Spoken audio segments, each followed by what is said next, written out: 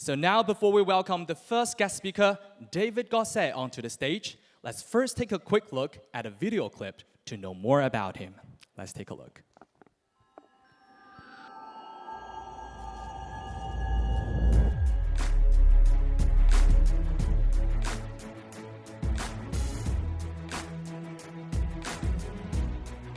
I am David Gosset, and when I look at international affairs, of course, for me, China is one of the most important factors of change in our world.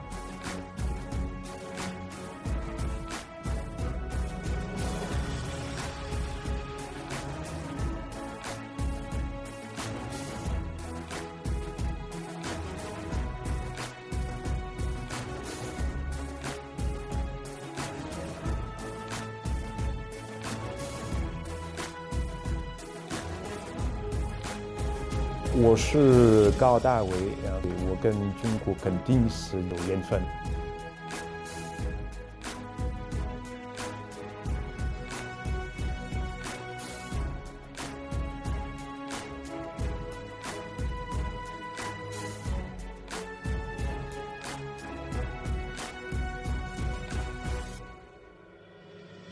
So we need to do a lot of work together, Europeans and Chinese. I was convinced about that 16 years ago.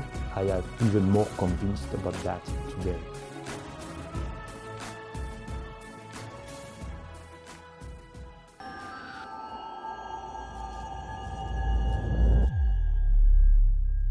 So now, ladies and gentlemen, let's give a big hand to our first guest speaker, David Gosset. Welcome.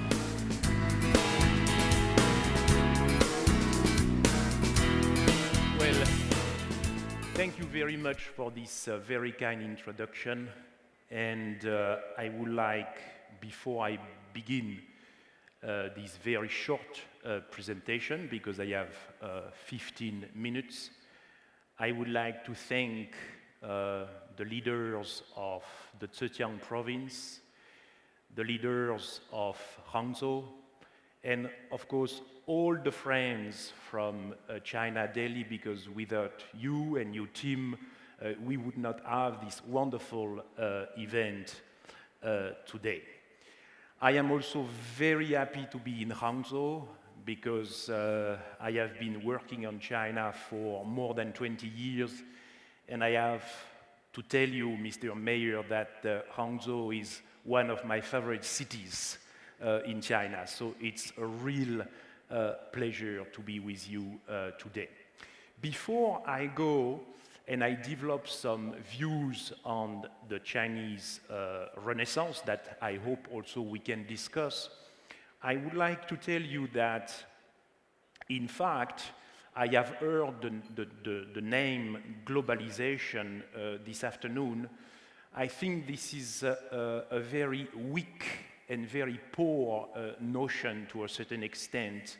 And what I would like us to do is more to think about the complexity which defines our world, because we live in a world which has never been so complex, because of the combination, at least, of 4 factors.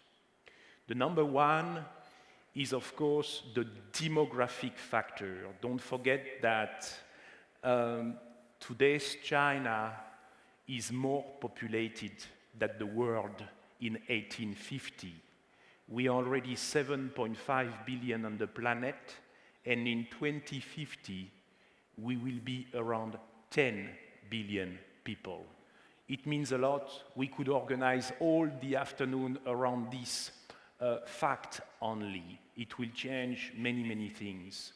Talking about demography, never forget the fact that our life expectancy is increasing, and it does change also many things, and of course, the phenomenon of urbanization. The second factor creating a world which has never been so complex is, of course, technological change. And you are using today, of course, you are in the cyberspace, but remember that it is relatively new because you quoted Alibaba, but Alibaba was created in 1999. Only a company like Google was created in 1998. So the fifth strategic dimension of our time, the cyberspace, is a new space, and expect in the years to come an enormous disruption with quantum, the applications of quantum physics, quantum communication, and quantum computing. And of course, I am so happy to be here and to see that we are already working with artificial intelligence. We are already living in a world of algorithms, and this is a very important element of change, creating a world which has never been so complex. When you think about complexity, I invite you also to think about what I call power diffusion, because of the fact that each of you have in your hands a mobile device. And the mobile device means that you can do two things, which has no precedent. You can access to information, and you can be yourself a broadcaster. And this is a society in which the social networks play such an important role. It is something new and an element of complexity. And the fourth factor of change, creating a world which has never been so complex, is of course the geopolitical change. Our world is not defined by bipolarity anymore. Our world is not defined by unipolarity. You know very well, especially in Hangzhou, that our world is marked by multipolarity. This is not the world of the G7, this is not the world of the G8, this is the world of the G20, and the G20 took place in this very exhibition center. And today, I would like to show you something. I would like to tell you that multipolarity to understand our world is not enough. I invite you to think about a multi-conceptual world, a world in which we do not have one understanding of modernity, but several understandings of what it means to be modern. You have the Western modernity, you have the Indian modernity, in the making the Muslim modernity, and of course, the Chinese modernity. And the Chinese modernity is mainly a product of the Chinese Renaissance. And when you look at geopolitical change, I am arguing for the idea that the major geopolitical change in our world is, of course, what is happening here in China. So what is the Chinese Renaissance? Well, in my narrative, it is simply my story, my understanding of China. The Chinese Renaissance is about the combination, the interaction between four dynamics.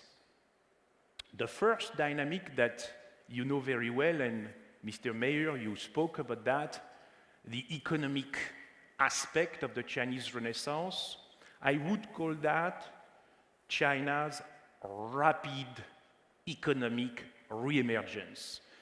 When I look at China, I don't see a country which is emerging from nowhere. China is regaining a position of centrality that the country lost because at the end of the 18th century, China did not catch the train of the Industrial Revolution. But this anomaly of 150 years is over. And now, from a Chinese perspective, we are going back to normality. This economic reemergence is rapid. 6.5% of growth when you are an economy of 11 trillion US is an enormous performance. And I am also very happy to see that in China, and this is a very important part of this new era, the growth has shifted, the nature of the growth, from a quantitative growth to a more qualitative growth. And this is very important. This is the first aspect defining the Chinese Renaissance. The second aspect, I would call it China's socio-political transformation. The idea that when you compare China with herself, in fact, never, ever before, in the entire history of China, Chinese individuals have enjoyed such a degree of individual freedom. Freedom to study abroad, freedom to travel abroad, freedom to create a private company. This has no precedent. But this socio-political transformation does not mean that China is imitating Western political modernity. I think that China is on the way to invent her own political modernity, and this is something very important for us to remember and to discuss. The third element defining the Chinese Renaissance is what I like to call China's cultural metamorphosis. We have also to remember that China is not only an economy, a political entity, China is a civilization and a living matrix of civilization. And from a Chinese perspective, modernization cannot mean Westernization. It would be too simple. The Renaissance means that at the visible level, China is renewing, reinventing what it means to be Chinese, and at the invisible level, the values, the ideas, China is reinterpreting China's classical tradition in order for China to enter her own modernity. The fourth element defining the Chinese Renaissance has no precedent in the history of mankind. For the first time, this country, China, has decided to project herself globally. That's what opening up means also. The world comes to China, but China goes to the world. And China has been doing that for several decades through a global projection through goods, technology, people, culture, finance, military, diplomacy. But what is very new at the moment while we speak is that China is also projecting herself globally through ideas. And one of these very important ideas is this idea of a shared destiny for mankind. I will come back to that, but I would like to answer a question. If you agree with what I have said about the elements defining the Chinese Renaissance, would you say that China is a threat to the world? Well, I would not say so. I think that China offers our world an unprecedented historical opportunity. China's economic re-emergence means what for the world? Of course, a source of growth. China's socio-political transformation, what does it mean for the world? Of course, this is an element of stability.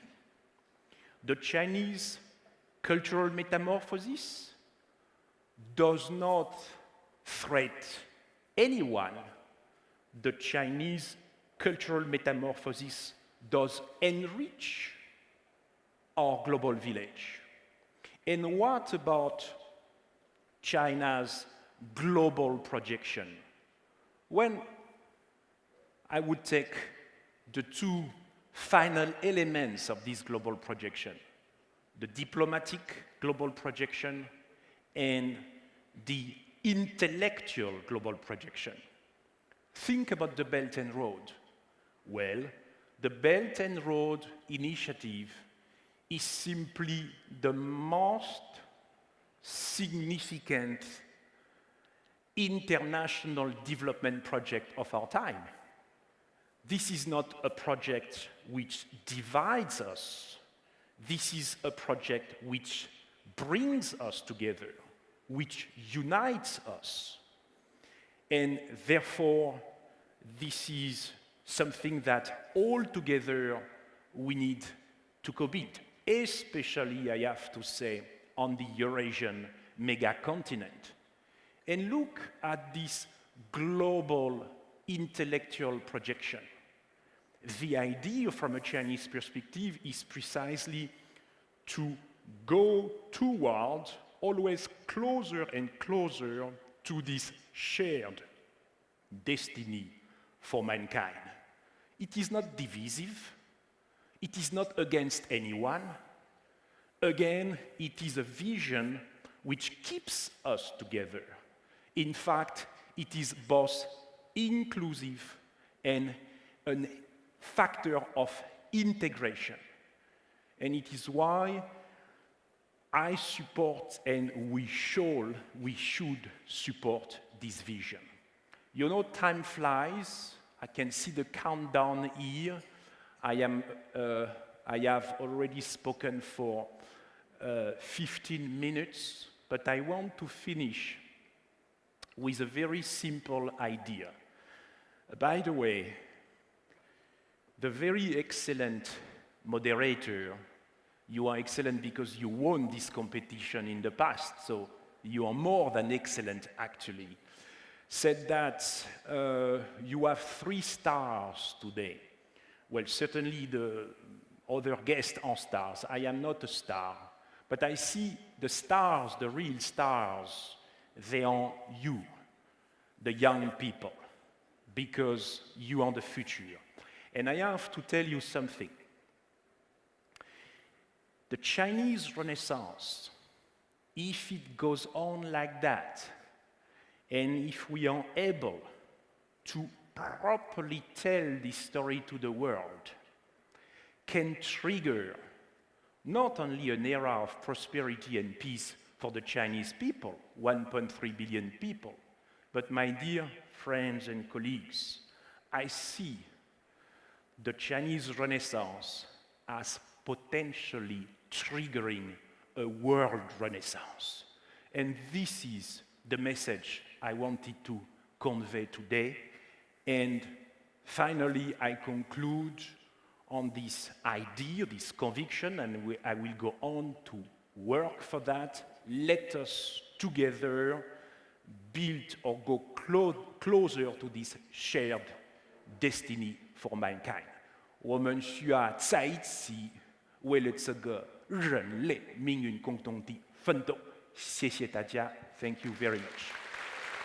Thank you very much, Mr. Gosset. Bonjour, je suis enchanté. Please, let's take some questions later. Oh, sorry.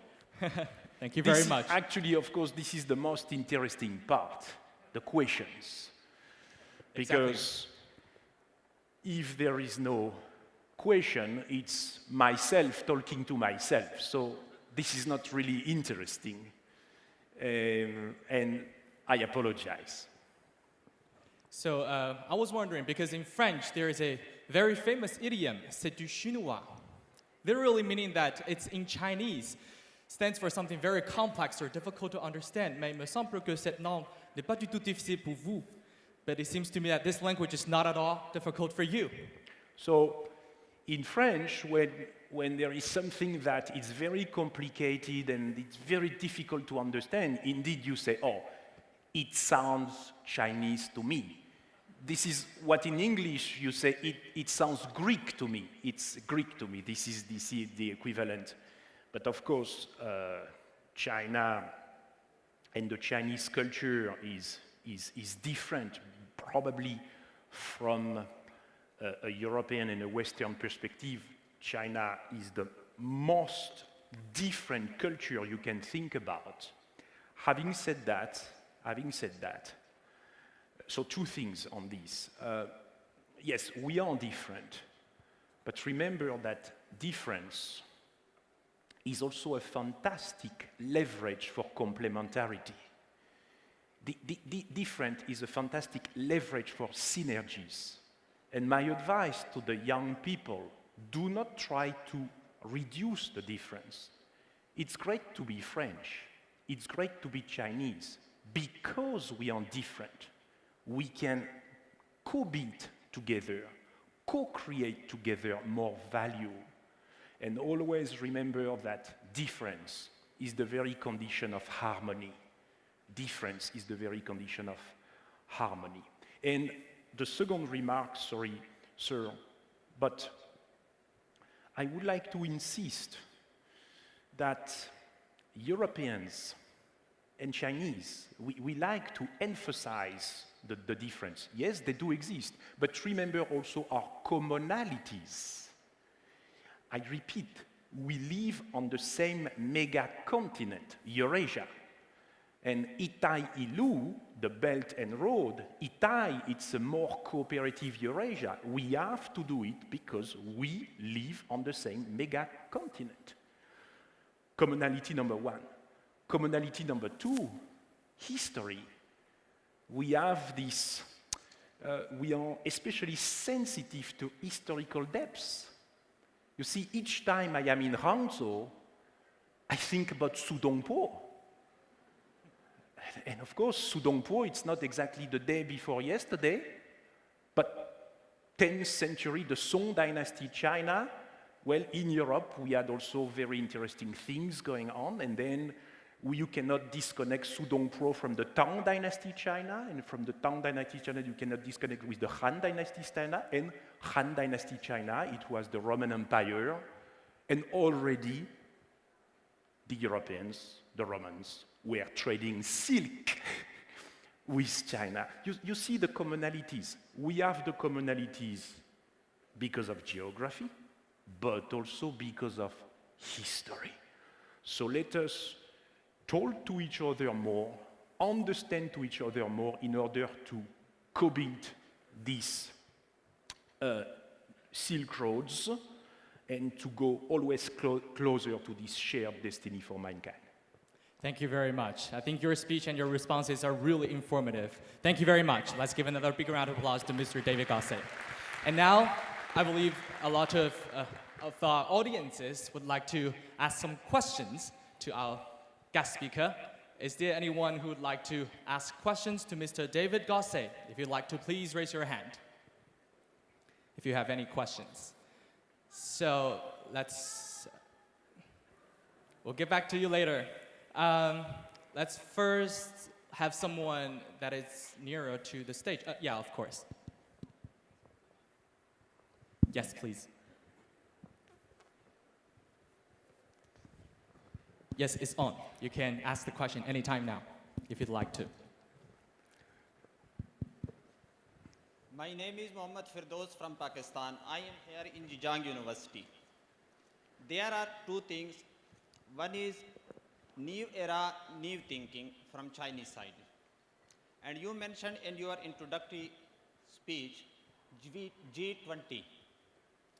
Before it was D8 and now it is G20. And the whole world is consist of around 200 countries. If the world is G20, it means that 180 countries are looking towards G20 countries. For what? For new era and new thinking. And when we look at the G20 countries, we find very different roles of these countries, especially some 5 countries you know, all know about them. In my opinion, new era, new thinking cannot start until and unless you cannot eliminate some basic existing principles from these G20 some countries. For example, Cold War mentality. We all know it still exists in many countries. G20 countries, most of the countries, does not respect other countries. Most of the countries does not respect the other countries. And G20s are busy in making alliances rather than partnerships for them. But when we look the role of China, we find it as the peace player, in my opinion, peace player. And you have also mentioned about the Belt and Road Initiative. For example, this Belt and Road Initiative connects 60 countries of the world. Which other countries have taken this initiative? I think no one has taken this initiative. Now, to have the role of China, I have one question for you, if you please say about this. The question is coming, I think. It's a very informative communication. This is why Sir, an introduction to the question. Please, sir. Question, sir. What do you view the concept proposed by Chinese President Xi Jinping, the community with a shared future for mankind, and what is your take on Chinese efforts in boosting the build-up of such a community? Thank you very much, sir. Very much. It's very good because it's a good exercise of communication. I did not explain myself properly, and my reference to the G20 was just to say the world is not the G7 anymore, G8. It has become more and more multipolar, but of course, look, so all the continents are on the G20, and of course, for example, you look Africa, South Africa is a member of the G20, but South Africa is not anymore the largest economy in Africa. Nigeria is the largest economy. So we will have also to enlarge the G20. So we agree, and you spoke about 200 countries. We need to be very inclusive. And actually, when we negotiated the Paris Agreement on climate change, it was very important, the COP21, we had around the table 195 parties. So this is the reality of our world. Sir, and I thank you very much for your question, to go back to this shared destiny for mankind, because this is the vision. And I think this is the vision which is correct, because it's about deep historical trends. And it is very important because President Xi Jinping presented this vision, and I think the world is going to learn, the world is going to learn about this expression, how to say it in Chinese. It is very important because our world is under the threat of inequalities, economic inequalities. And then shared destiny for mankind, you are being inclusive by definition, meaning that you tackle this issue at least theoretically. And of course, the contrast is absolutely clear. There is one country today in the world who is led by a man. This man is the largest economy in the world. This man does not believe in climate change. And this man is shifting gradually from multilateralism to unilateralism, in fact. And of course, we understand why you want to do the shift. I am talking about the United States of America, you understand. At the moment when Trump is shifting from multilateralism to unilateralism, it is so important to have an ancient civilization in a moment of modernization like China saying, no, that's not the right path, because this is a divisive path. We want to unify people with the right vision which brings us together. And as a European, sir, I want to tell you, why do I especially embrace this Jeune Lemming Une Contonti, shared destiny for mankind? Because what is the European Union? What is the European Union?